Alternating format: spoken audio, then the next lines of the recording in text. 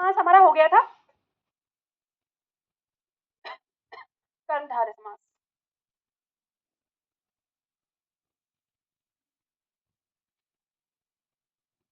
लिखिए कर्मधारय समास की परिभाषा लिखिए। कर्मधारय समास का पूर्व पद, कर्मधारय समास का पूर्व पद गौण, कर्मधारय समास का पूर्व पद गौण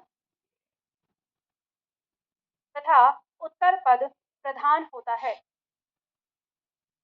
कर्मधारय समास का पूर्व पद गौण तथा उत्तर पद प्रधान होता है। पूर्ण विराम लगाइए, सॉरी कॉमा लगाइए। देखिए ये परिभाषा आपने कहाँ देखी इससे पहले? तत्पुरुष समास में, और हमने द्विगु में भी देखा इसको। तो ये तत्पुरुष समास और द्विगु से किस प्रकार अलग है, अब इस चीज को हम देखेंगे यहाँ पर। ठीक है, तो कॉमा के बाद लिखिए किंतु इसके दोनों पदों के मध्य, किंतु इसके दोनों पदों के मध्य, किंतु इसके दोनों पदों के मध्य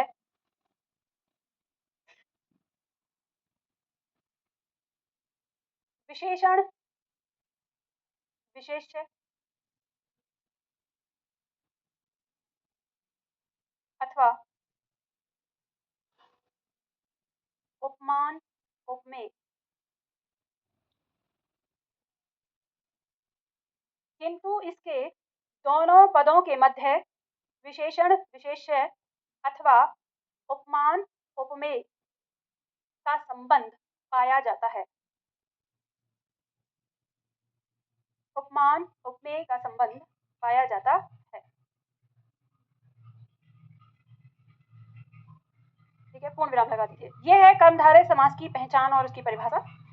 अब आपके दिमाग में आएगा कि मैम विशेषण विशेष्य क्या होता है और उपमेय उपमान क्या होता है, हमें तो ये नहीं समझ में आएगा, तो फिर हमको कैसे पता चलेगा कि यह कर्मधारय समास है। तो चलिए थोड़ा सा समझा देती हूँ, बाकी हम जब ये टॉपिक आएगा तब हम पढ़ेंगे, अभी के लिए आप समझ लीजिए।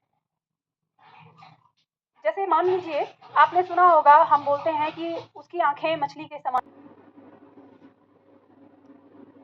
बोलते हैं ना मीनाक्षी। ठीक है, या हम जैसे कहते हैं कि कमल नयन, बोलते हैं कि उसकी आंखें उसके नयन कमल के समान हैं। तो मान लीजिए जैसे शब्द है हमारा कमल नयन, तो यहाँ पर जो नयन है ये क्या है, ये है मुख्य वस्तु यानी उपमेय, और इनकी तुलना किससे हो रही है, कमल से हो रही है, तो इनको हम कहते हैं उपमान।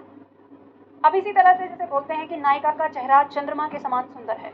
अब नायिका का चेहरा, तो हम जो बात कर रहे हैं वो किसके बारे में बात कर रहे हैं, हम जो सुंदर बता रहे हैं वो किसको बता रहे हैं, चंद्रमा को नहीं, चेहरे को। ठीक है, नायिका के चेहरे को सुंदर बता रहे हैं, तो ये हो गया मुख्य वस्तु। तो जो मुख्य वस्तु होता है उसी को कहते हैं उपमेय, यानी जिसके बारे में बात हो रही होती है, और उसकी तुलना जिससे हो रही होती है, उसे हम जिसके साथ उसकी उपमा कर रहे होते हैं वो कहलाता है उपमान।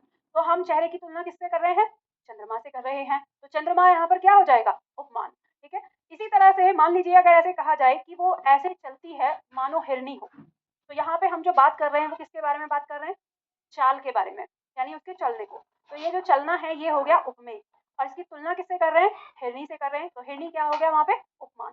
तो जब भी आपके सामने कोई भी पॉइंट आएगा तो इसको आप ऐसे समझ लो, 90% आपको हमेशा ये पॉइंट समझ में आएगा, 10% हम थोड़ा सा बचा के रखते हैं, क्योंकि हमारे जो कवि लोग हैं ना वो हर चीज को उल्टा कर देते हैं। उनके बारे में एक डायलॉग कहा जाता है, जहां ना पहुंचा रवि वहां पहुंचा कवि।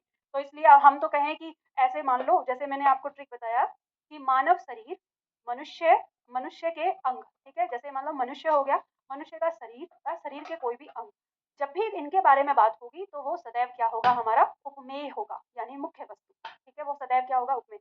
अब मानव शरीर के अंग, मानव शरीर का व्यवहार, मतलब मानव शरीर के भाव, जिसमें प्रेम, गुस्सा, चिड़चिड़ापन, ठीक है, ये सब भी आ जाएगा। अगर हम चिड़चिड़ेपन की बात कर रहे हैं, क्रोध की बात कर रहे हैं, प्रेम की बात कर रहे हैं, ठीक है, या घृणा की बात कर रहे हैं, या दुख की बात कर रहे हैं, तो ये सब हमारे किस में आ जाएंगे, उपमेय में आ जाएंगे, जिनका संबंध किससे है, मनुष्य से है, और जिनको ईश्वर ने बनाया है, मतलब जो ईश्वर की बनाई हुई चीजें हैं, जैसे पहाड़, नदियां, झरने, हिरन, मछली, कमल, ये जितनी भी सारी चीजें हैं जो प्रकृति में पाई जाती हैं, इनको जब इनकी तुलना मनुष्य के शरीर से, शरीर के अंगों से हो, या मनुष्य के स्वभाव से, व्यवहार से हो, तो जब तुलना करते हुए वो पाए जाएंगे तो वो किसमें आ जाएंगे, उपमान में। जैसे मान लो हमने कहा कि क्रोध रूपी अग्नि, तो यहाँ पे क्रोध रूपी अग्नि में आप कैसे पहचानेंगे, जो क्रोध है वो क्या है, मानव का व्यवहार है, ठीक है, उसका एक भाव है, और अग्नि हम वहाँ कह रहे हैं कि क्रोध रूपी अग्नि, यानी अग्नि जो है वो ईश्वर ने बनाया है, तो यहाँ पर अग्नि जो है उपमान है। तो आपको जैसे ही ये शब्द आ गया कि क्रोध भी वहाँ है और अग्नि भी वहाँ है, तो यहाँ दोनों आपके पास क्या आ गए, उपमेय और उपमान आ गए।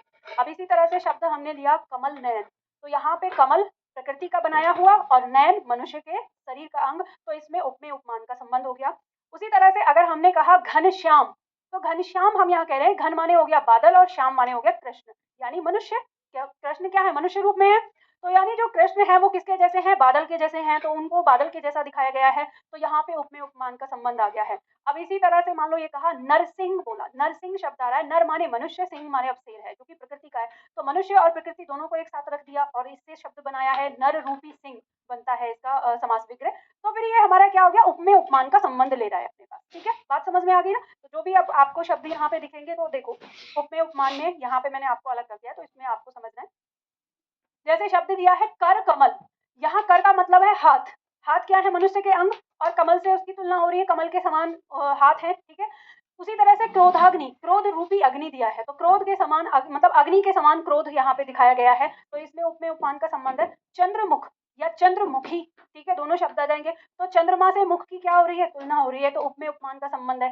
नरसिंह, नर रूपी सिंह हो गया। विद्या धन, अब आप कहेंगे कि मैम इसमें तो कोई मनुष्य नहीं है, तो विद्या जो है वो मनुष्य का मतलब क्या है, एक गुण है कि मनुष्य ना विद्या को अर्जित करता है। अब धन, तो कुछ लोग विद्या को ही अपना धन मान लेते हैं, तो विद्या रूपी धन, तो यहाँ पर एक उपमेय है और एक उपमान है, तो ये आपको ध्यान रखना है। अब जैसे दिया चरण कमल, तो यहाँ पे चरण आ गए अंग के रूप में, कमल से आ गया। कनक लता, अब यहाँ पे देखना लता का मतलब है यहाँ पर बेल, और कनक उसकी तुलना सोने से की जा रही है, कनक का अर्थ है यहाँ पे सोना, तो यानी जो कनक रूपी लता, लता कैसी है, वो बेल कैसी है, सोने के जैसी है, तो जैसे सोने की लड़ी पड़ी हो। तो अब आप कहेंगे कि मैम इसका तो मनुष्य से कोई संबंध नहीं है, तो इसीलिए मैंने 90% कहा था, क्योंकि कवि जो है थोड़ा सा अलग ले जाता है कभी कभी उपमेय उपमान को, तो 10% में हमारे ऐसे शब्द भी आ जाते हैं। पर जब आपको ना 90% समझ में आने लगता है ना, तो वो 10% भी समझ में आ जाता है कि हाँ यहाँ इसकी इससे तुलना हो रही है। और ध्यान रखना, जहाँ तुलना वाला भाव आ जाएगा ना, वहां पे आपका उपमेय उपमान होगा, क्योंकि हम तुलना किसी न किसी चीज से तो कर रहे हैं, तो एक चीज से दूसरे की कर रहे हैं, तो एक मुख्य वस्तु हो गई और एक उसकी जिससे उपमा हो रही है वो हो गई, तो उपमेय उपमान उनमें प्रकट हो जाता है। अब जैसे कहा देह लता, अब देखना वहीं पे देह शरीर हो गया, लता तो देह रूपी लता, अब किसी के शरीर की तुलना लता यानी बेल से कर दी है, तो वहां पर फिर ये क्या हो गया, उपमेय उपमान का संबंध आ गया इसमें। जैसे वचनामृत, अब वचन रूपी अमृत, यानी अब मान लो गुरुजी लोग होते हैं, कहते हैं हमें थोड़े से वचनामृत मिल जाते तो धन्य हो जाता जीवन, मतलब ये कि वो जो कुछ भी बोल रहे हैं हमें वो सुनाई दे जाए, तो हमारे लिए क्या हो गया, अमृत के जैसा हो गया। तो यहाँ पे हमने अमृत की तुलना जो है वो किससे कर दी, वचनों से कर दी, तो इसमें उपमेय उपमान का संबंध हो गया। तो जब भी आपके सामने कोई शब्द ऐसे मिलेंगे जो दो शब्दों को मिलाकर जब एक कर दिया गया हो, तो वहीं पे हमारा क्या होता है, समास हो जाता है। ठीक है, हाँ जी। नरसिंह मतलब नर रूपी सिंह, एक तरह से हम नरसिंह जो शब्द बोलते हैं उन जाबाज के लिए बोलते हैं जो बहुत ज्यादा खुकार तरीके से युद्ध करते हैं, तो उनके लिए कहते हैं ये तो नरसिंह है। मतलब नरसिंह कैसे कि नर का तो रूप है उसका, लेकिन जो व्यवहार है वो कैसी है, शेर के जैसा है, जैसे शेर एक तरह से राजा होता है, तो उसके लिए हम नरसिंह शब्द का प्रयोग करते थे। अब इस नरसिंह का मतलब नरसिंह भगवान भगवान नहीं है, ये बात ध्यान रखना। हम नरसिंह भगवान उनको इसलिए बोला हमने कि वो आधे मनुष्य थे और आधे सिंह के रूप में आए, तो वो नाम दे दिया गया, लेकिन यहाँ नरसिंह का मतलब है एक ऐसे योद्धा से, जैसे आला उदल जैसे योद्धाओं के बारे में आपने सुना है, या जैसे गोरा बादल के बारे में सुना है, तो वो लोग जैसे कहते हैं गोरा बादल के लिए कहा जाता है कि उनका गर्दन भी कट गया, तो फिर भी उनका धड़ लड़ता रहा काफी, तो ऐसे योद्धाओं के लिए बोला जाता है कि ये नरसिंह है, नरसिंह के समान है, यानी नर रूपी सिंह है वो। तो यहाँ पे फिर आपका वही आ जाता है, उपमेय उपमान का आ जाता है। अब आपके दिमाग में आ रहा होगा कि अच्छा मैम ये समास कैसे बनता है, तो ध्यान देना, साथ में यहाँ पे मैंने इनका क्या दिया हुआ है, समास विग्रह दिया हुआ है। और जब भी आपके दिमाग में डाउट बने, तो आपको हमेशा समास की परिभाषा याद कर लेनी है। परिभाषा कहती है कि दो या दो से अधिक शब्दों को मिलाकर एक शब्द बनाना ही समास कहलाता है। तो अब यहाँ पे हमारे कम से कम 3 शब्द दिए हैं, और मैंने आपको ये बात बोली थी ना कि जो हमारा जैसे दिया है एक एक, दो दो, 10 10 या बार बार या धीरे धीरे, ऐसे को समास कहते हैं लोग, लेकिन मैं उसे समास नहीं मानती। तो इसलिए नहीं मानती क्योंकि वो छोटे हुए ही कहाँ है, वो तो जैसे जस के तस है ही, जैसे है वैसे के वैसे ही प्रयोग हो रहे हैं। लेकिन यहाँ पे आप देखेंगे कि यहाँ पे जो समास विग्रह आपका हो रहा है, उससे जो समास आ रहा है वो एक ही शब्द बन रहा है। तो ऐसे जब भी शब्द बनेंगे तो वो हमारे आ जाएंगे। दूसरा पॉइंट आता है विशेषण और विशेष्य। अब ये विशेषण और विशेष्य क्या होता है, ये बहुत आसान है, आप बहुत आसानी से इसको समझ सकते हैं।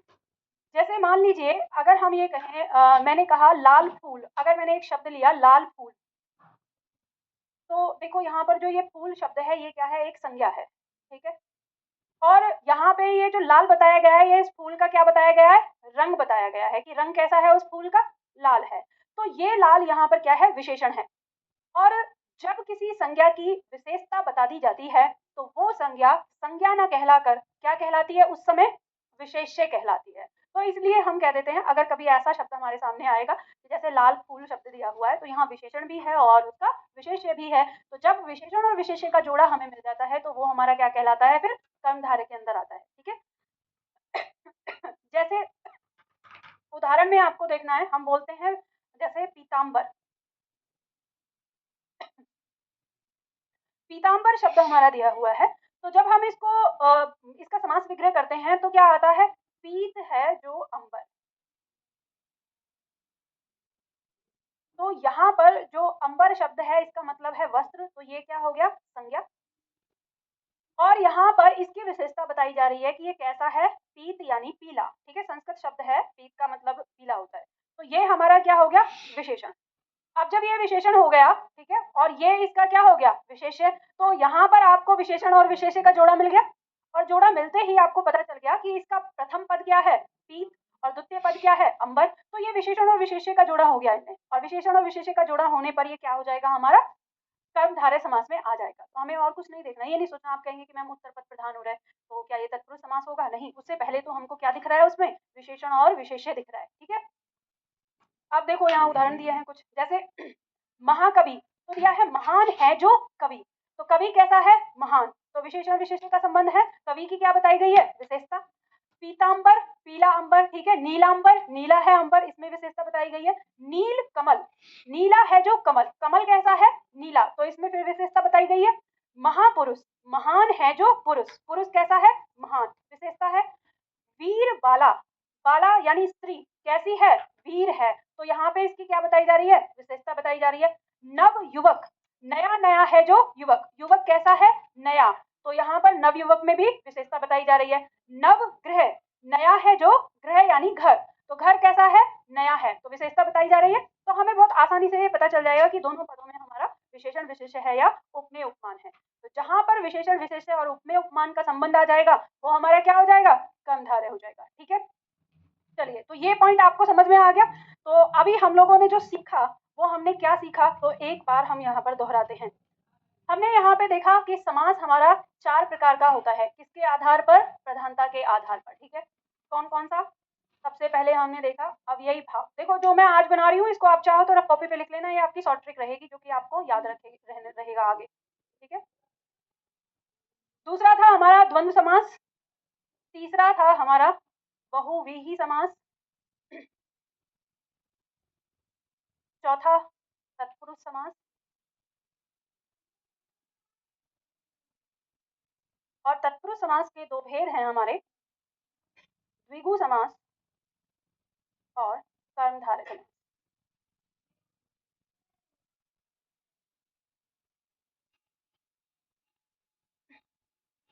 उतारना बाद में, पहले यहाँ पे चार्ट बनवाओ। जो यहाँ पे हमने सीखा है आप उसको दोहराओ अपने दिमाग में। अगर आप ये चार्ट अपने आप बनाओगे ना तो अब ये जो चार्ट बनेगा ना, ये आपका चार्ट बनेगा। 2 सेकंड में समास निकालें या चुटकियों में समास निकालें। फिर वो वाला नहीं रहेगा कि जिसका पूर्व पद छोटा हो और उत्तर पद बड़ा हो तो तत्पुरुष समास होता है। ठीक है, वो वाली चीज नहीं रहेगी। तो यहाँ पे ये है वो सारणी जो आपको चुटकियों में समास सिखाता है। तो देखो कैसे, हमने क्या जाना था, अव्ययी भाव समास में हमारा पूर्व पद कैसा था, पूर्व पद था प्रधान। तो पूर्व पद प्रधान कितने समास का होता है, कितने का होता है, एक का होता है, हमने एक का पढ़ा है। तो जहां पे भी अब परीक्षा में प्रश्न आएगा कि निम्न में से पूर्व पद प्रधान किसका है तो पहचान लेंगे। लेकिन पूर्व पद प्रधान तो होता है, पर ये जो पूर्व पद होता है ये कोई उपसर्ग या उपसर्ग प्रत्यय नहीं भाई, अब ये शब्द यानी अविकारी शब्द हो सकता है। ठीक है, अब ये शब्द होता है तो ये आ गया।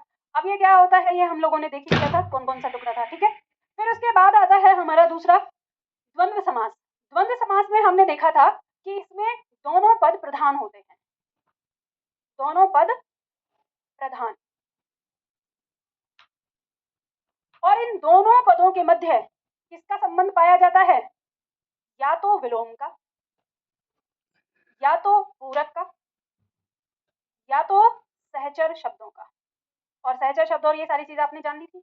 तो ऐसा जरूरी नहीं कि मतलब किसी शब्द में आपको दोनों ही मिले या तीनों ही मिले, तीनों में से कोई एक भी संबंध आ गया तो भी क्या हो जाएगा, हमारा द्वंद्व हो जाएगा। ठीक है, उसके बाद हमारा आता है बहुव्रीहि समास।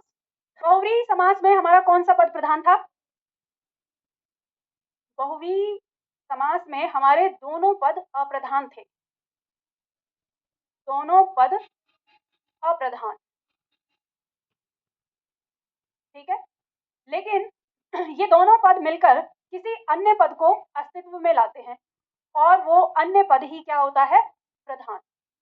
तो बहुव्रीहि समास में सिर्फ यहाँ पे नहीं खत्म करनी है अपनी बात आपको कि दोनों पद अप्रधान होते हैं, आपको ये भी जानना है दोनों पद प्रधान तो होते ही हैं, लेकिन दोनों पद मिलकर किसी तीसरे पद को अस्तित्व में लाते हैं और जो तीसरा पद आया है वही प्रधान होता है। ठीक है, तो हमारे दिमाग में फोटो किसकी आती है, उसी तीसरे पद की आती है। अब उसके बाद आता है हमारा तत्पुरुष समास। तत्पुरुष समास हमारा क्या कहता है, जिसका उत्तर पद प्रधान हो, उत्तर पद प्रधान, इसमें कोई और पहचान नहीं है, इसमें उत्तर पद ही होता है। लेकिन मैंने आपको पहचान बताई कि अगर आपको उत्तर पद प्रधान न समझ में आए तो फिर आपको समास विग्रह पे जाके बात करनी है। तो इसके समास विग्रह में शॉर्ट में लिखती हूँ, विग्रह लिख देती हूँ ना, विग्रह से समझ जाएंगे। विग्रह के अंदर पूर्व पद के तुरंत बाद, पूर्व पद के बाद कारक चिन्ह। ठीक है, तो समास विग्रह में पूर्व पद के बाद आपको क्या देखने को मिलेगा, कारक चिन्ह। तो ये आपका हो जाएगा तत्पुरुष समास। फिर उसके बाद आते हैं हम द्विगु समास पे। तो द्विगु समास की परिभाषा कहती है इसमें पद कौन सा प्रधान है, ध्यान रखना तत्पुरुष समास के नीचे आए ना तो दोनों में उत्तर पद प्रधान होगा। ठीक है, उत्तर पद प्रधान किसमें, द्विगु में और कर्मधारय में। अब परीक्षा में कभी ये पूछ सकता है कि निम्न में से उत्तर पद प्रधान किसमें है, तो तीनों आपके आएंगे तो तीनों का ही उत्तर दिया हुआ होगा विकल्प में, उपरोक्त में से तीनों ऐसे दिया होगा। तो आपको ये याद ध्यान रखना है हमेशा कि तत्पुरुष, द्विगु और कर्मधारय इनका उत्तर पद प्रधान होता है। फिर हम पहचान कैसे करते हैं, तो जो द्विगु है इसका पूर्व पद संख्यावाची होता है। ठीक है, इसका पूर्व पद संख्यावाची होता है, उससे हमें पहचान हो जाएगी। और कर्मधारय समास में हमने देखा कि दोनों पदों में या तो विशेषण का, विशेषण विशेष्य का, या तो उपमेय उपमान का। ठीक है, या तो उपमेय उपमान का। अब ये मत कहना मैम आपने उपमान उपमेय लिखवाया था पहले, अब यहाँ पे उपमेय उपमान कर दिया, आगे पीछे चलते रहते हैं ये दोनों, कभी उपमान पहले आ जाता है कभी उपमेय पहले आ जाता है। ठीक है, आपको बस पहचानना है। तो ये हो गया हमारा यहाँ पर कि जो कर्मधारय है उसमें जो मिलेगा दोनों पदों में विशेषण विशेष्य या उपमेय उपमान का संबंध होगा, और जो हमारा द्विगु है इसके अंदर पूर्व पद संख्यावाची होगा। ठीक है, तो ये जो आपकी सारणी बनी है ये आपकी सारणी ही समास की वो शॉर्ट ट्रिक है जो आपको अंत में जाननी है। तो पॉइंट समझ में आ गया, चलो पहले इसको उतार लो। फिर उसके बाद अब रह गए हैं विवाद। विवाद मतलब जिनमें विवाद पैदा किया गया है, जबरदस्ती का है नहीं, मतलब कि परीक्षा में आएंगे तो अब समस्या आएगी कि मैम इसमें क्या लिखे हैं, तो उसको भी देखेंगे कि परीक्षा में आता है अगर विकल्प एक से ज्यादा आ जाएगा तो हमारा उत्तर क्या रहेगा। तो हमारा उत्तर रहेगा विकल्प के आधार पर। उतार लो पहले से। हाँ हाँ, अर्थात के बाद जो आता है, हाँ हाँ हाँ, वही है अन्य पद या तीसरा पद, दोनों लिख लेना। कुछ लोगों को अन्य पद समझ में आता है, कुछ लोगों को तीसरा पद समझ में आता है। ठीक है,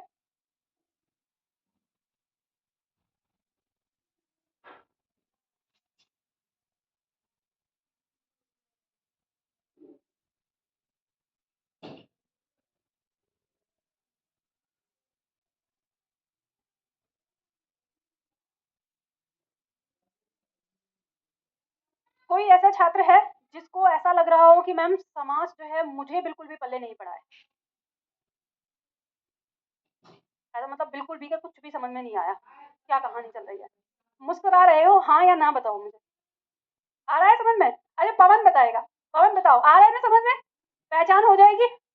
तो मैं कुछ शब्दों को देख लूँ यहाँ पर। चलो ये उतारो जरा, एक वो क्वेश्चन आंसर की सीट देख के आती हूँ।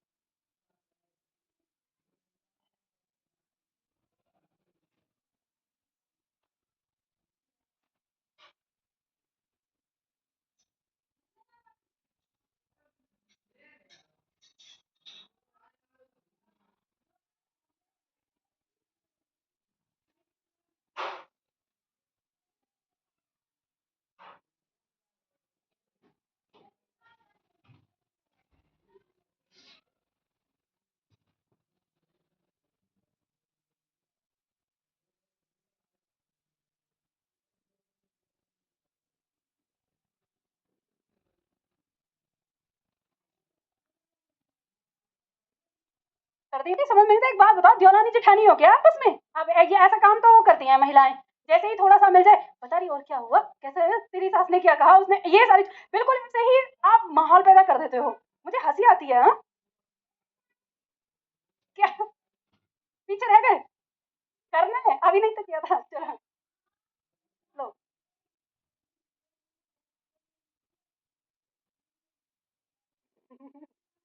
क्या बात है, मतलब सच में मेरे हंसने की कितनी चिंता है ना मेरे छात्रों को। चलो, तुम लोग ऐसे कहते हो, लेकिन ये भी तो देखो कि मुझे इन हरकतों पे गुस्सा भी आता है। हंसी वसी नहीं आती, गुस्सा आता है मुझे। हम जिस उम्र में आ जाते हैं ना यहाँ पे, जिस उम्र में अभी मैं चल रही हूँ, इस उम्र में आने के बाद ना इंसान की हंसी गायब हो जाती है। फिर वो जब हंसता है ना, बस ऊपर से हंसता है, अंदर से नहीं हंसती है चीजें। ऐसा होता है। ऐसा आप लोगों के साथ भी होगा। जीवन में बहुत सारी चीजें होती हैं। मैं इसीलिए मैं अक्सर कहती हूँ अपने छात्रों को कि अपने अंदर का बच्चा कभी मत मरने देना। होता ऐसा है कि जब हम इस उम्र तक आते हैं ना, तो हमारे साथ ना हमारे जो पेरेंट्स होते हैं ना, वो एक मतलब दबाव डालते हैं ना, जीवन साथी चाहिए एक। और ये जो जीवन साथी नाम का जो प्राणी आपके साथ चिपक जाता है ना, ये तुम्हारे अंदर के बच्चे को ना कत्ल कर देता है एकदम, पूरी तरह से खत्म।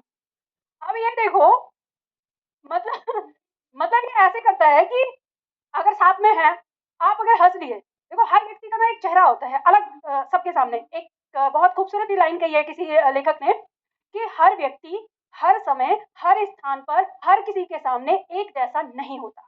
ठीक है, हर जगह चलता रहता है, अलग अलग उसका स्वभाव अलग होता है, और वो अगर हर जगह एक जैसा हो जाए तो फिर तो मतलब वो पागल होता है, फिर वो इंसान ना पागल होता है, उसे हम पागल कहते हैं, क्योंकि उसी में समझ नहीं होती किसके सामने कैसा व्यवहार करना है। अब मान लो कि आप लोगों के सामने मैं हूँ, तो आप लोग मुझे क्लास में जो पा रहे हो, शायद मैं घर पे वो नहीं हूँ।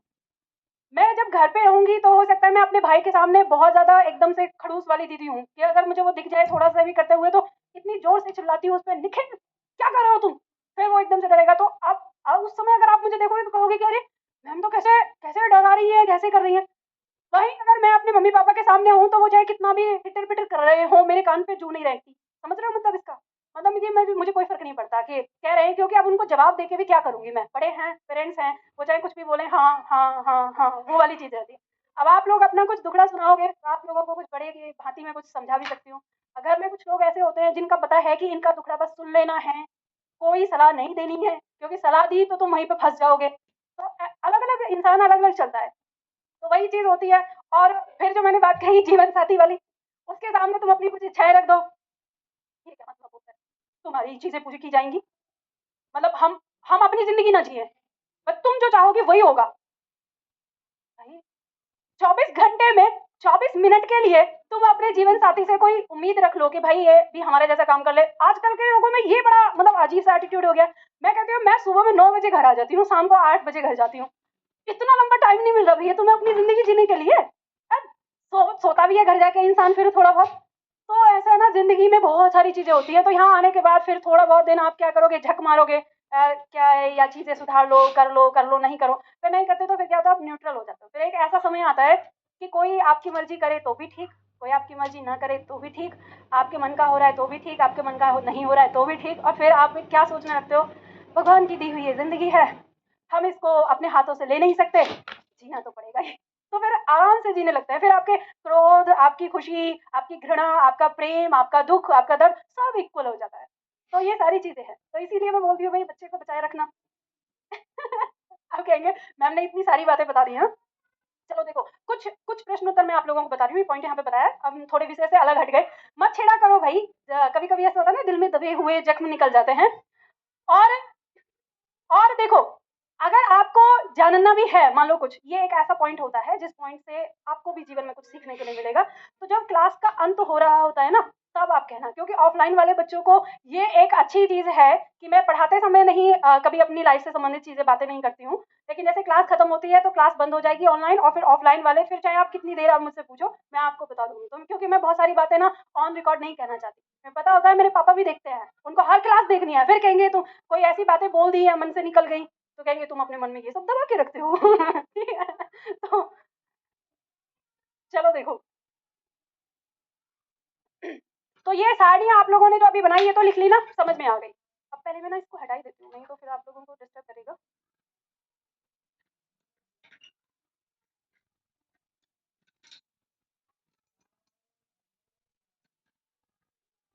इसमें कुछ क्वेश्चन हैं वो आप लोगों को करने हैं अब, और उससे पहले हम अपनी उसको फाइनल कर लेते हैं जो सीट है हमारी। ठीक है, अब आते हैं कर्मधारय हमारा हो गया, तो हमें समास के बारे में पता चल गया कि 6 पॉइंट हमारे ये होते हैं। अब आती है यहाँ पे समस्या। समस्या क्या आती है कि आप ये कहेंगे कि मैम कुछ शब्द हमारे ऐसे हैं जैसे दशानन शब्द है, तो ये बहुव्रीहि समास में भी आ रहा है, लेकिन दशानन शब्द को जब हम शकल से देखते हैं तो हमको पूर्व पद इसका संख्यावाची लग रहा है। तो क्या इसमें द्विगु समास की संभावना है? तो हाँ, उसमें द्विगु समास भी है। क्यों? अब कैसे है? तो द्विगु समास की पूरी परिभाषा वो अपने अंदर लेकर चलता है। जैसे उसका आनन शब्द यानी उत्तर पद उसका प्रधान होता है। जब हम बोलते हैं दशानन तो हमारे दिमाग में फोटो बनती है आनन यानी मुख की, कि मुख कितने 10, तब जाके संख्या बनती है। तो अब अगर आपको ये पता है कि दशानन का मतलब है रावण, तो आपके दिमाग में अर्थात पद में रावण की फोटो जाएगी। लेकिन अगर मान लीजिए कि आप ऐसे देश से आते हैं जिसमें रावण के बारे में कोई चर्चा नहीं हुई है और आप हिंदी सीख रहे हैं, आपने 10 का मतलब 10 जाना है और आनंद का मतलब मुख जाना है, तो जब आप इस शब्द को पढ़ेंगे 10 आनंद, तो आपके दिमाग में जो फोटो बनेगी वो 10 मुख की बनेगी। तो यानी अर्थात पद तो नहीं आ रहा, तो इसमें फिर क्या आ रहा है? तो इसमें आ रहा है उत्तर पद प्रधान हो रहा है और पूर्व पद संख्यावाची आ रहा है। तो इसके अनुसार आप कहेंगे कि इसमें तो द्विगु होना चाहिए। तो फिर जब ऐसी स्थिति आएगी तो उसके लिए, अब क्योंकि दोनों परिभाषाएं इसमें आती हैं और दोनों ही समास इसमें होते हैं, तो अगर मान लीजिए कि आप सब्जेक्टिव एग्जाम लिख रहे हैं, तो सब्जेक्टिव एग्जाम में आप पहले देंगे कि दशानन शब्द में बहुव्रीहि समास है तथा इसका उत्तर पद प्रधान होने के साथ साथ पूर्व पद संख्यावाची है, इसलिए इसमें द्विगु समास भी उपस्थित होता है। तो ये आपका पूरा हो गया। लेकिन आपके विकल्प में तो दो ही, मतलब जो दोनों एक साथ नहीं आएंगे, एक ही देना है। तो ऐसी स्थिति में आप क्या करेंगे? तो ऐसी स्थिति में आप सबसे पहले बहुव्रीहि लगाएंगे, क्योंकि वह नाम जो है किसी व्यक्ति का नाम है। तो आप कहेंगे कि मैम फिर हमको इस बारे में कैसे पता चलेगा? तो इसके बारे में आपको ऐसे पता करना है कि अगर किसी व्यक्ति का नाम उसके शरीर के अंगों के आधार पर, जैसे दशानन या षडानन, ठीक है, या चतुर्भुज या पंचानन या जैसे अष्टभुज, इस तरह से अगर नाम दिया है उसके शरीर के अंगों के नाम पर, या उसके अस्त्र शस्त्र के आधार पर, जैसे चक्रपाणी, वज्रपाणी, ठीक है, या उसने कोई काम किया है, या ऐसी जैसे गिरिधर यानी गिरि को धारण किया तो उसके काम के आधार पर, या शब्दाया जैसे हम कहते हैं महिषासुर मर्दिनी बोलते हैं, तो महिषासुर को मारने वाली अर्थात कौन है महिषासुर मर्दिनी? दुर्गा है। तो ऐसे नामों से जितने भी नाम बनेंगे उन पे सबसे पहला अधिकार किसका होगा? बहुव्रीहि का होगा, चाहे उसमें कोई सी भी परिभाषा आपकी उत्पन्न हो रही है। तो आपको ध्यान रखना है, अगर विकल्प में बहुव्रीहि ना मिले तो फिर आपको दूसरी परिभाषा की तरफ जाना है कि अब इसमें कौन सी परिभाषा लागू हो रही है। ठीक है, तो ये पॉइंट समझ में आ गया पहला।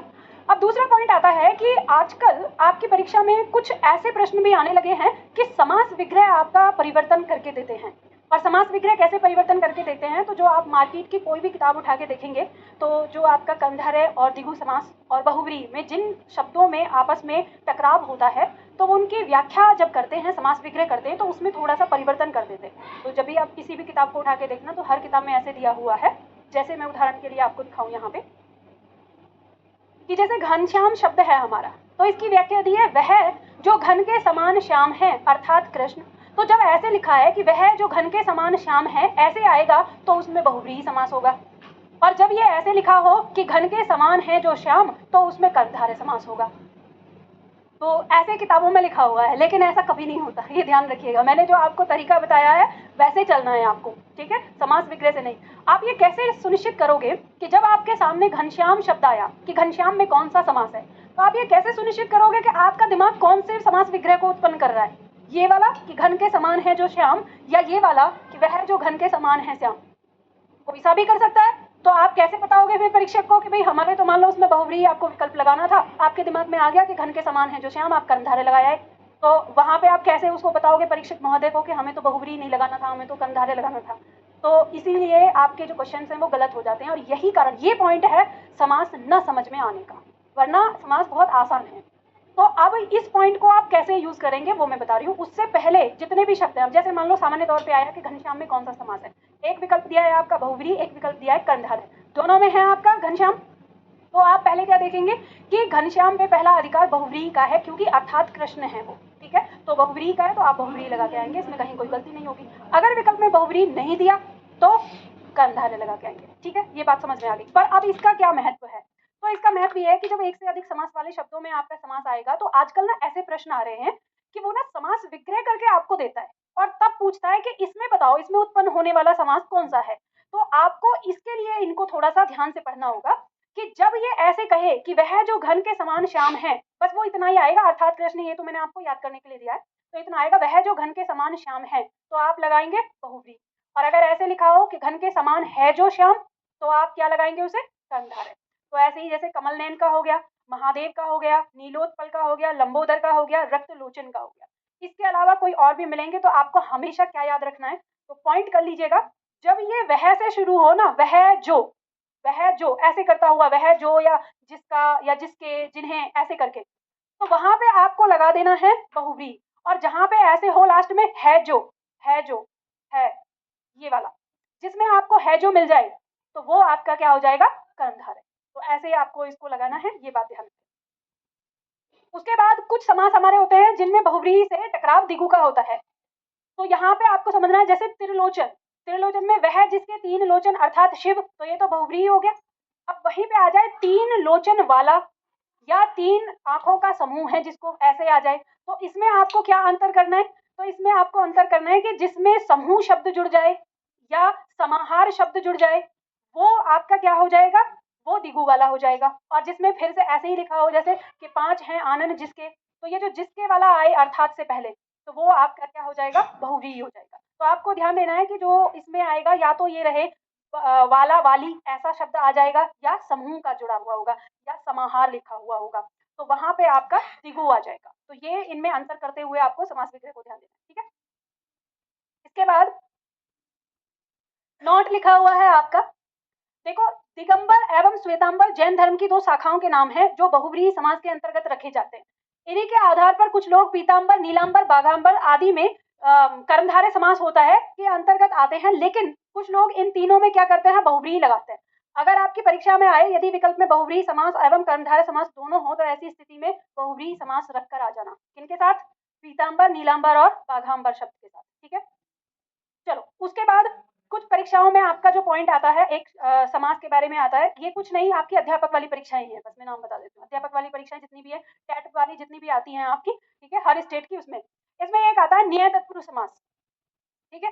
अगर विकल्प में न्याय तत्पुरुष समास हो, किनके उदाहरण, जो ये उदाहरण दिए हैं, अकर्म, अगोचर, अछूत, अकाल, अचेतन, अनजान, अनदेखा, अनादि, अधीर आदि जैसे शब्द आपके आए, ठीक है। और देखो इनमें कैसे, ये आप कहेंगे मैम इनके अलावा आ गए, तो कह रहा है यहाँ पे जिसका प्रथम पद निषेधवाचक हो, और निषेधवाचक में कौन सा उपसर्ग, अ या अन उपसर्ग, समझ गए, अ और अन उपसर्ग की बात हो रही है, केवल और केवल आ की नहीं, कभी आप आजीवन में भी पहुंच जाए इस चीज को लेकर, ठीक है।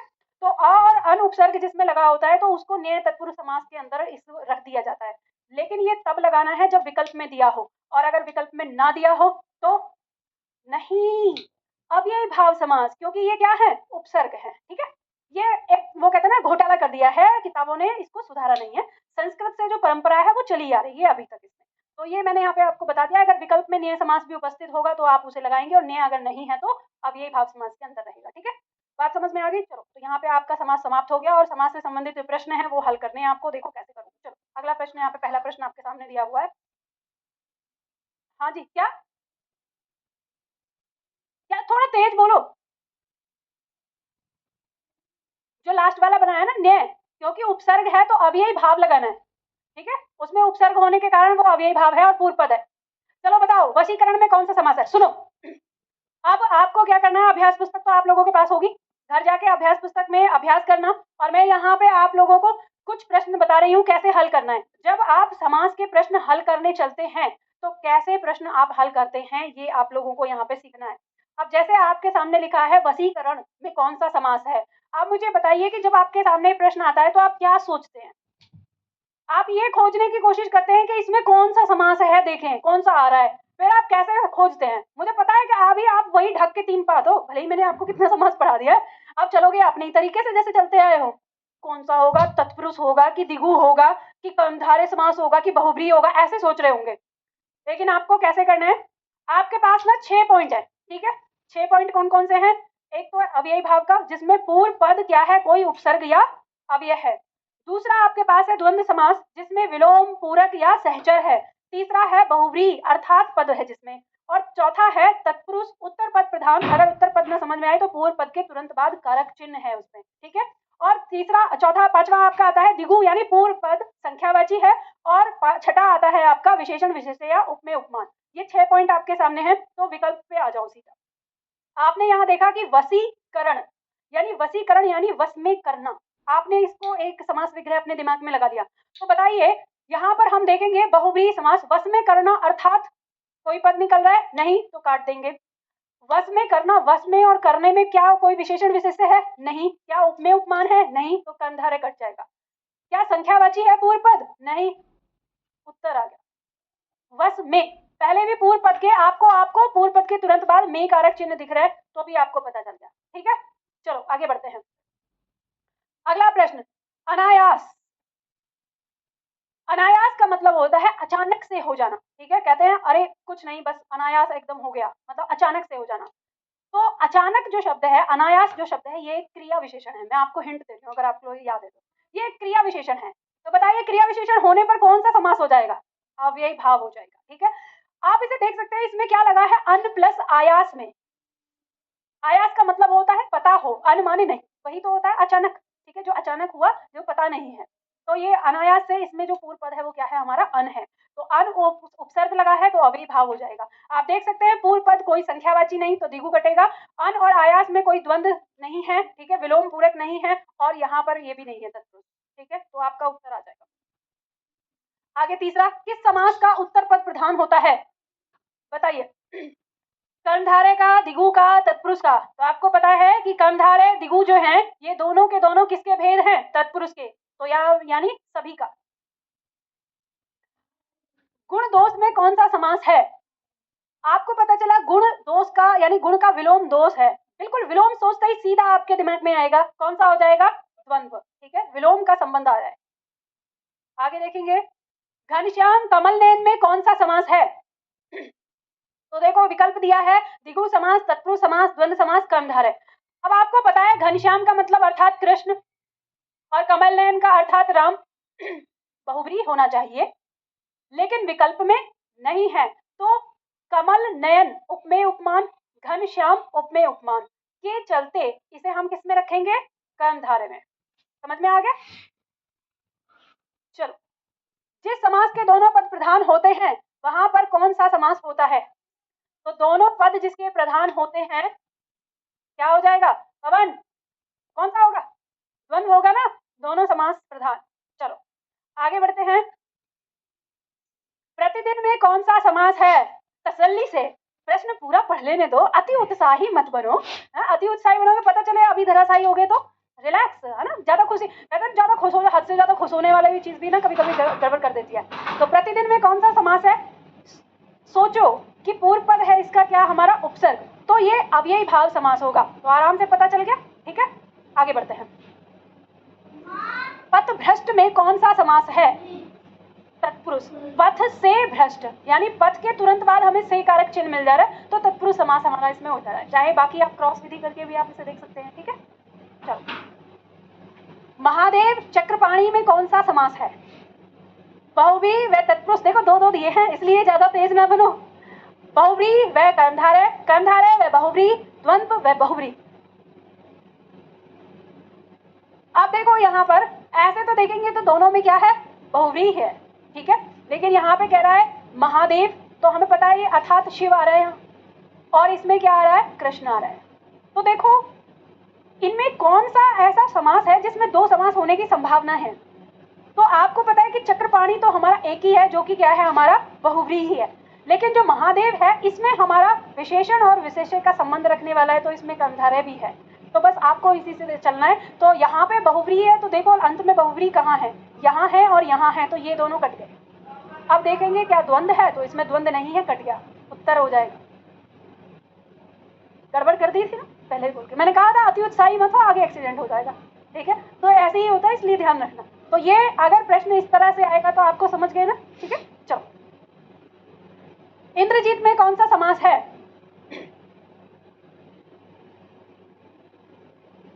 बताओ इंद्रजीत में कौन सा समास है? टीवी वगैरह देखते हो? जो धारावाहिक वगैरह आए हैं, रामायण महाभारत देखिए? नहीं देखी? देखी हैं, ऐसा नहीं है, ठीक है। अभी लॉकडाउन में बैठ के क्या किया था, फिर दोबारा देखी थी ना। ये बताओ, सिर्फ देखी, कुछ सीखा, सुना, कानों में कुछ पढ़ा, कुछ घटनाएं आपने जानी? इंद्रजीत अर्थात मेघनाद, मेघनाद ने एक बार इंद्र को अपने वश में कर लिया। ये कहानी सुनी है आप लोगों ने? रावण ने जब सारे ग्रह नक्षत्रों को अपने ही वश में कर लिया था, तो जब उसका पुत्र पैदा होने वाला था तो उसने कहा सारे ग्रह नक्षत्रों मैं बताऊंगा कहाँ कौन किस स्थिति में रहेगा, तो यहाँ बैठ, तू यहाँ बैठ, तू यहाँ बैठ। पूरी ऐसी स्थिति, ऐसे नक्षत्र बनाए कि जिस नक्षत्र में जो भी वीर पैदा होगा उसे कोई हरा नहीं सकता, ताकतवर। तो जब मेघनाद को पैदा करते समय उसने पूरे नक्षत्र बना लिया, उस नक्षत्र का प्रभाव ये पड़ा कि उसे कोई हरा नहीं सकता था। बस जो त्रिदेव है ना, आपके त्रिदेव ना हर चीज से ऊपर माने गए हैं। तो अब रावण को तो खैर कोई हरा ही नहीं सकता था, लेकिन जो मेघनाद था उसका बेटा भी ऐसा ही हुआ, तो उसने अपने घमंड में नहीं, अपनी ताकत में आके इंद्र को बंदी बना के रख लिया। और जब इंद्र को बंदी बना लिया तो देवताओं का जो साम्राज्य है वो तहस नहस होने लगा। तो फिर जो भगवान ब्रह्मा जी हैं वो आए मेघनाद के पास और उन्होंने कहा कि इंद्र को छोड़ दो। तो उसने कहा ऐसे कैसे छोड़ दूंगा, कुछ तो ऐसा बताओ ना, इसको तो मैंने कंट्रोल किया है, इसको तो मैंने हराया है, कुछ तो ऐसा मेरे लिए करो जो मुझे ये संसार हमेशा याद रहे। तो ब्रह्मा ने कहा कि इंद्र का अपमान करने के लिए इतना ही काफी रहेगा अगर मैं तुम्हारा नाम इंद्रजीत रख दूं और यह संसार तुम्हें इंद्रजीत के नाम से बुलाएगा, तो जब भी कोई तुम्हें इंद्रजीत कहेगा तो हमेशा ये पता चलेगा कि तुमने इंद्र को हराया है। तो वो इस उपाधि को लेकर खुश हो गया और उसने इंद्र को छोड़ दिया। तो तब मेघनाद का नाम इंद्रजीत रहा। तो इंद्रजीत अर्थात मेघनाद है, यानी इंद्र को जीतने वाला। तो कौन सा समास बनेगा? कहा, इसीलिए जो भी कुछ देखते हो ना टीवी पे, तो कुछ से कुछ पढ़ने वाली चीजें भी सीख लिया करते हैं ना। तो कौन सा आएगा? बहुव्रीहि। पर अब आपको हमेशा के लिए याद रहेगा ना। चलो अगला प्रश्न बताओ, विशेषण और विशेष्य के योग से कौन सा समास बनता है? कर्मधारय। बहुत आसानी से आप इसे बता देंगे। चलिए आगे, मुख दर्शन में कौन सा समास है? अब योजक चिन्ह मत खोजना, योजक चिन्ह खोजते हैं आज भी, योजक चिन्ह नहीं खोजना है। मुख दर्शन यानी मुख के दर्शन, तो मुख के दर्शन है तो क्या होगा? तत्पुरुष। मुख के दर्शन उत्तर पद प्रधान हो रहा है इसमें। आगे आता है, धर्माधर्म में कौन सा समास है? ये धर्म आपने उपसर्ग कब से पढ़ लिया? अब यही भाव समास कहने वालों, ये तो तब हाल है जब मैंने स्पेशल इस शब्द को कल की क्लास में बताया था, है ना। अगर मान लो मैं छोड़ देती तो पता नहीं राम जाने क्या करोगे आप लोग, हैं। ये क्या बताया था आपको कि ये कैसे बना है आपका? धर्म प्लस अधर्म से कौन सी संधि हुई है? इसका अ और ये अ मिलकर क्या बना रहे हैं? अ। दीर्घ संधि हो रही है तो शब्द बना है धर्माधर्म। धर्म का विलोम अधर्म, अधर्म का विलोम धर्म, तो विलोम आ रहा है तो कौन सा समास? कभी कभी मैं सोचती हूँ पता नहीं क्या होगा तुम लोगों का, भूल जाते हो। हा? गौरी शंकर में कौन सा समास है? वैकल्पिक द्वंद। इसमें तो द्वंद का भेद है। बहुव्रीहि, इतरेतर द्वंद, समाहार। अच्छा, ये मत कहो पता नहीं है। देखो, 3 भेद मिलेंगे आपको पदों में, विलोम, पूरक और सहचर। आपको क्या बताया था? जब भी आपको इनका भेद करना है, वैकल्पिक कौन सा? व से वैकल्पिक, व से विलोम। तो वैकल्पिक द्वंद किसमें मिलेगा? जिनमें आपस में विलोम होगा। तो आप यहाँ पे देखेंगे कि गौरी और शंकर विलोम है एक दूसरे के। मैंने आपको कहा स्त्रीलिंग वाले पद और पुल्लिंग वाले पद जब भी आपस में आएंगे वो कभी एक दूसरे के विलोम नहीं होंगे, वो क्या होंगे? पूरक होंगे। तो इसका मतलब वैकल्पिक कट गया। अब गौरी शंकर जो है, गौरी माता और शंकर दोनों का नाम एक साथ है तो अर्थात पद नहीं निकल रहा है, तो बहुव्रीहि नहीं है। उसके बाद मैंने आपको बताया था समाहार होता है सहचर शब्द। सहचर और समाहार दोनों एक जैसे ही तो है, और कितना सरल चाहिए आप लोगों को। तो सहचर शब्द, तो क्या ये सहचर शब्द है साथ चलने वाले? नहीं, तो ये क्या है? पूरक है, तो समाहार कट गया। अब पूरक बचा, पूरक शब्द में ही क्या होता है? इतरेतर द्वंद होता है। समझ गए? अब गलती नहीं होनी चाहिए दोबारा, और ये मत कहना कि पता ही नहीं, पढ़ने के बाद ना ये नहीं कहना चाहिए। चलो आप पता चल गया, घर जाके प्रैक्टिस करना। द्विगु समास नहीं है ये पूछ रहा है, विकल्प है, थोड़ा सा टाइम लगने वाला है, पढ़ो आराम से। पवन पढ़ो जल्दी। त्रिलोचन, द्विवेदी, नवग्रह, नवरात्रि, नवरत्न, पंचवटी, नववधु, सप्तरंग, चौराहा और सभी में द्विगु समास है। हाँ, ठीक ठीक कह रहे हो। बताओ सभी में कहने वाले कितने? हाँ, ग ग ग। अच्छा तुम्हारा ग है और डी में कितने लोग हैं? घ में। ऑनलाइन वाले छात्र जल्दी से बताओ, बताओ, फिर से टाइम दे रही हूँ, देख लो। वैसे यहाँ पे रखना चाहिए एक डंडा।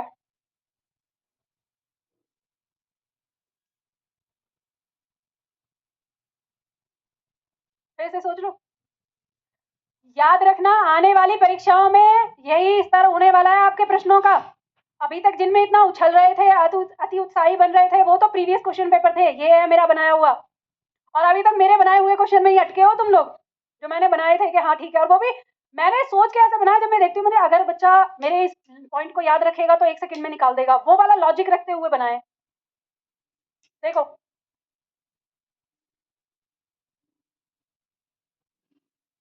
द्विगु समास नहीं है जब ये पूछा जाए मतलब जिसमें पूर्व पद संख्यावाची नहीं है। त्रिलोचन 3 संख्यावाची, तो कट गया, आगे कुछ देखने की जरूरत ही नहीं है। नवरात्रि 9, अब लेकिन पूरा देखना पड़ेगा क्योंकि द्विगु नहीं है ये पूछ रहा है, तो इसमें द्विगु है तो ये कट गया। द्विवेदी में 2 द्विगु कट गया। नवग्रह 9 ग्रह 9 हो गया तो ये कट गया, तो यानी इसमें द्विगु है, तीनों में द्विगु है। नवरात्रि 9 तो संख्या आ गई इसलिए कट गया। नवरत्न 9 रत्न है, संख्या आ गई, कट गया। पंचवटी 5 कट गया, यानी इसमें भी द्विगु है। नववधु, नव माने नहीं, यहाँ पे 9 नहीं है। नई वधु, यही कौन सा हो गया? कर्मधार है। वधु कैसी है? नई, विशेषता बताई जा रही है, तो यही आपका उत्तर हो जाएगा। आगे देखने की जरूरत ही नहीं है क्योंकि इसमें द्विगु नहीं है, तो यही है। समझ गए? समझे? तो हाँ जी, हाँ, त्रिलोचन भी है, भगवान शिव के लिए आता है, ठीक है। द्विवेदी में नहीं होता, इसमें आता है त्रिलोचन में, लेकिन त्रिलोचन में बहुव्रीहि है तो द्विगु भी है, लेकिन नववधु में सिर्फ और सिर्फ कर्मधारय है। चौराहा में भी 4 रास्ते, तो चौ माने 4 हो गया ना पूर्व पद। अरे इसमें सारे द्विगु हैं, इसमें सारे द्विगु हैं, बस एक छोड़ के, ये कर्मधारय है। तो जिसमें ये कर्मधारय आ गया वही विकल्प हो गया आपका, उसने पूछा ही है कि नहीं है। हाँ, हे भगवान, मैं क्या करूं इन बालकों का, सच में ही ना कुटने वाले काम कर रहे हैं ये नवग्रह, जो ग्रह नक्षत्र है उनकी बात हो रही है, और ये ग्रह, ये है घर। समझ गए? ये छोटी छोटी सी मिस्टेक है आप लोगों की, मुझे पता है कि आप करेंगे, जानबूझ के मैंने ये दिया शब्द, क्योंकि आप ये करोगे गलतियां, आपको ये अंतर ही नहीं पता कि ग्रह और ग्रह में क्या अंतर है, वहीं पे गड़बड़ आ जाएगी, फिर बाद में कहेंगे मैम समास नहीं आता। आता सब कुछ है, आप समझ रहे हो ना, मैम ने सब कुछ पढ़ाया, आपने पढ़ा नहीं। ठीक, चलो, कौन कह रहा क्वेश्चन गलत है? चलो देखो, कर्मधारय समास है, जिसमें बताना है, कर्मधारय समास है। घनश्याम, पीतांबर, नवयुवक, सचिपति, कुसुमसर, मयूरवाहन, चक्रपाणी, निशाचर, शैलनंदिनी, सभी में बहुव्रीहि समास है। ये आप लोगों की बहुत मतलब एक आदत होती है, पहले जैसे ठोकर लगती है तो दूसरे वाले में भी ठोकर लगने, अगर वहां सभी हो जाता तो यहाँ भी सभी करते। देखो, घनश्याम अर्थात कृष्ण, पीतांबर, अगर हम इसको, पीतांबर क्या है? अच्छा ये कह रहा है कर्मधारय समास पूछ रहा है, हम तो बहुव्रीहि समास की बात कर रहे हैं ना, सभी में बहुव्रीहि समास है, ये पॉइंट दिया है, तो अब हम देखेंगे यहाँ पर। चलो देखो, कर्मधारय, इसमें घनश्याम में कर्मधारय है लेकिन अर्थात कृष्ण भी है, और पीतांबर, पीतांबर में कर्मधारय है लेकिन हमारी परीक्षाओं के हिसाब से इसमें क्या होता है, बहुव्रीहि भी होता है, पर अभी हम रुकेंगे। नवयुवक, नवयुवक यानी नया युवक, तो अब हमसे कह रहा है कि कर्मधारय है, तो हमें यहाँ पे मिल गया कि इसमें भी कर्मधारय है और इसमें भी कर्मधारय, भले ही बहुव्रीहि है दोनों में, लेकिन इसमें तो पूरी तरह से कर्मधारय है, तो हमें तीनों में कर्मधारय मिल रहा है। ठीक है, अब यहाँ पे देखेंगे सचिपति अर्थात, अर्थात इंद्र, इंद्र की पत्नी है, सच्ची याद कर लो ना, पर्यायवाची कह रहे पता नहीं। कुसुम सर,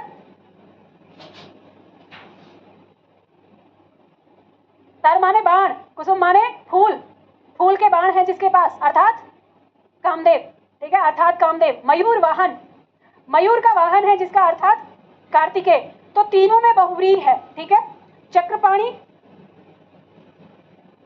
अर्थात कृष्ण, निशाचर अर्थात राक्षस, शैल नंदिनी, शैल माने पर्वत, नंदिनी माने पुत्री पार्वती, ठीक है। तो यहाँ पे हमारे बहुव्रीहि आ रहे हैं और एक प्रश्न कह रहा है कि सभी में बहुव्रीहि समास है। तो हमें यहाँ पर अरे प्रश्न कर रहा है कर्मधारय समास है, तो इसे तो हम वैसे भी नहीं कर सकते क्योंकि उसने वो रखा ही नहीं है। वो प्रश्न तो कर्मधारय पूछ रहा है, ये तो हमको टरकाने के लिए किया है, हमको फंसाने के लिए बोला है। प्रश्न को हमेशा इस बात पे ध्यान रखना, ठीक है। तो ये कट गया, तो इसका मतलब अब हमें इन तीनों में से ही चुनना है कि कहाँ पे हमारा कर्मधारय आ रहा है। तो इनमें से किसी में कर्मधारय नहीं है, इनमें से किसी में कर्मधारय नहीं है, तो ये दोनों भी कट जाएंगे, ये भी कट जाएंगे। अब यहाँ पे हमारा ये एकदम से शुद्ध कर्मधारय है, इसमें भी होता है कर्मधारय और इसमें भी होता है कर्मधारय। तो उत्तर क्या हो जाएगा हमारा? ऐसा प्रश्न है जो आपके 10 मिनट खा जाएगा। हाँ क्या मतलब, क्या ये दो क्वेश्चन क्या कर दिए? अरे नीचे वाले वो इसलिए काटे क्योंकि वो बहुव्रीहि समास है और वो पूछ क्या रहा है? कर्मधारय। उनमें शुद्ध बहुव्रीहि है ना, ऑप्शन नहीं बताओ उसमें। अभी तक तो बड़े उछल रहे थे आप लोग कि हाँ समास आ गए आ गए आ गए। चलो बताओ आप जल्दी से, कमल नयन में कौन सा समास है? तत्पुरुष समास, द्वंद्व समास, द्विगु समास या इनमें से कोई नहीं? तुम लोग जरूर मेरी नाक कटवाओगे, मुझे पता है। ये बताओ, मैं क्यों कहती हूँ आप लोगों को कि दिमाग ना चाचा चौधरी के बराबरी चला लो। आप ये देखो कि आपके पास प्रश्न संख्या याद रखना 17 है ना, ये सारणी है। ये जो प्रश्न है अभी, ये आपका आया था 2013 या 14 में, ये आपका प्रश्न पूछा गया है यूपीपीसीएस में, ठीक है। यूपीपीसीएस का ये प्रश्न है आपका। तो अब आप अपने जरा समास को जरा थोड़े गौर से देखिए। यहाँ पे हम देखते हैं अव्ययी भाव समास, द्वंद्व समास, बहुव्रीहि समास और तत्पुरुष समास। तत्पुरुष समास के दो उपभेद हैं, द्विगु समास और कर्मधारय समास। इन दोनों का उत्तर पद प्रधान है। तो उत्तर पद प्रधान जो परिभाषा है वो तत्पुरुष समास की है, ठीक है। तो बहुव्रीहि समास जिस शब्द में है, अगर उसमें कर्मधारय समास आ जाता है तो कर्मधारय समास के कारण यानी यहाँ आने के कारण उसमें तत्पुरुष समास भी हो जाता है। समझे इस बात को? क्योंकि इसका उत्तर पद प्रधान है और उत्तर पद प्रधान किसका होता है? तत्पुरुष का होता है। समास कोई ऐसा खेल नहीं है। समास सच बताऊं, ये तो हंसने वाली बात है कि आप लोगों से मैं कह रही हूँ नहीं समझ में आ रहा। समास सच में ही बहुत एक हमारा जो टॉपिक है वो ऐसा है कि जो अच्छे अच्छे लोगों को नहीं समझ में आता।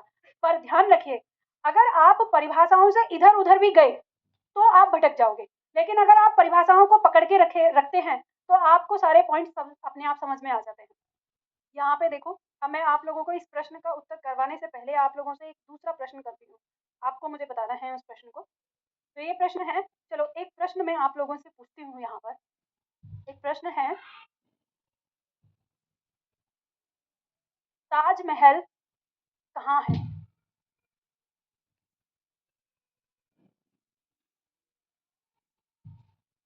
पहला विकल्प है भारत,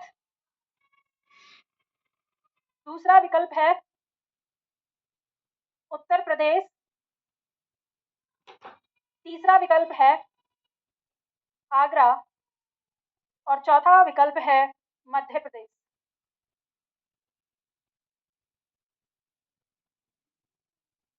बताइए उत्तर क्या होगा इसका? आगरा क्यों? उत्तर प्रदेश में नहीं है या भारत में नहीं है? बताओ, मजाक वाली बात नहीं है, सीरियसली बताओ कौन जवाब देगा इस बात का? अरे इसका उत्तर आगरा ही है। जब ये आएगा इसका उत्तर क्या लगाओगे? आगरा ही लगाओगे। क्यों? क्यों? क्योंकि जो उसके नजदीक है, ज्यादा नजदीक है, उसको बताएंगे। तो यहाँ पे ताजमहल जो वो कहाँ है? भारत के प्रदेश उत्तर प्रदेश के एक नगर में, नगर क्या है? आगरा। तो यहाँ पे जब तीनों दिए हैं तो सबसे पहले हम क्या बताएंगे? आगरा। अब मान लो कि आगरा नहीं है, यहाँ पर लिखा हुआ है प्रयागराज। तो अब इसका उत्तर क्या होगा? अब इसका उत्तर हो जाएगा उत्तर प्रदेश, ठीक है। अब मान लीजिए कि अगर हम यहाँ पर उत्तर प्रदेश हटा के अगर यहाँ हम लिख दें दिल्ली, तो इसका उत्तर क्या हो जाएगा? भारत। और ये बताओ मुझे, अगर ये भारत हटा के अगर मैं यहाँ पर लिख दूँ हमारा देश कौन से महाद्वीप में पड़ता है? एशिया में ना। अगर मैं एशिया लिख दूँ तो इसका उत्तर क्या होगा? समझ गए? तो आप बताओ, कमल नयन में कौन सा समास है? तत्पुरुष समास। ठीक है, तो क्योंकि इसमें ना तो बहुब्रीहि ऑप्शन में ना ही कर्मधारय है, तो कर्मधारय किसका भेद है? तत्पुरुष का। अगर तत्पुरुष ना होता तब हमारा इनमें से कोई नहीं होता। ठीक है, तो तीसरा जो पॉइंट है, ये जब ये प्रश्न आया था, इस प्रश्न का उत्तर तत्पुरुष समास आया। आंसर की 3 बार रिवाइज हुई थी, तीनों बार इसका तत्पुरुष समास आया, और लोगों ने ये कहा कि पता नहीं क्या कैसे, मतलब ये कैसे प्रश्न दे दिया, ये नहीं। तो जब ये प्रश्न मेरे पास आया था तो फर्स्ट टाइम मुझे भी ये लगा कि हाँ गलती तो हुई है कुछ, लेकिन फिर जब किताबों में इसे पढ़ा और जब इसे गौर से बार बार पढ़ा तब ये समझ में आया, क्योंकि आयोग जो है वो कभी एक्सप्लेन नहीं करता। तब ये बाद में समझ में आया कि क्योंकि ये तत्पुरुष समास के उपभेद हैं, इसलिए ये तत्पुरुष समास का हिस्सा बन जाता है। ठीक है, चलो अब इसमें आगे प्रश्न कर दो फटाफट से। कवि श्रेष्ठ में कौन सा समास है? अब देखो यहाँ पे अब ये बोलोगे कवि श्रेष्ठ, तो ये होगा कवियों में श्रेष्ठ। ठीक है, कवियों में श्रेष्ठ, इसकी जो व्याख्या होगी वो ये होगी। कई बार हमारे छात्र ये सोच लेते हैं कि श्रेष्ठ तो इसकी विशेषता बता रहे हैं, तो ऐसे तो नहीं है। तो ध्यान रखना, जब भी होगा अगर ये यही उल्टा हो जाए कि श्रेष्ठ कवि हो जाए, श्रेष्ठ कवि, तो कौन सा हो जाएगा? कर्मधारय हो जाएगा। समझ गए? क्योंकि विशेषण जो होता है वो पहले आता है, तो पहले लगेगा। तो यहाँ पे हो गया श्रेष्ठ कवि, यानी जो क्या है? श्रेष्ठ कवि एक जिसको बोल रहे हैं, और यहाँ पर कवि श्रेष्ठ, तो इसमें कवियों में श्रेष्ठ, तो इसका समास विग्रह चेंज हो रहा है, तो इसलिए इसका जो उत्तर है वो क्या हो जाएगा? तत्पुरुष हो जाएगा।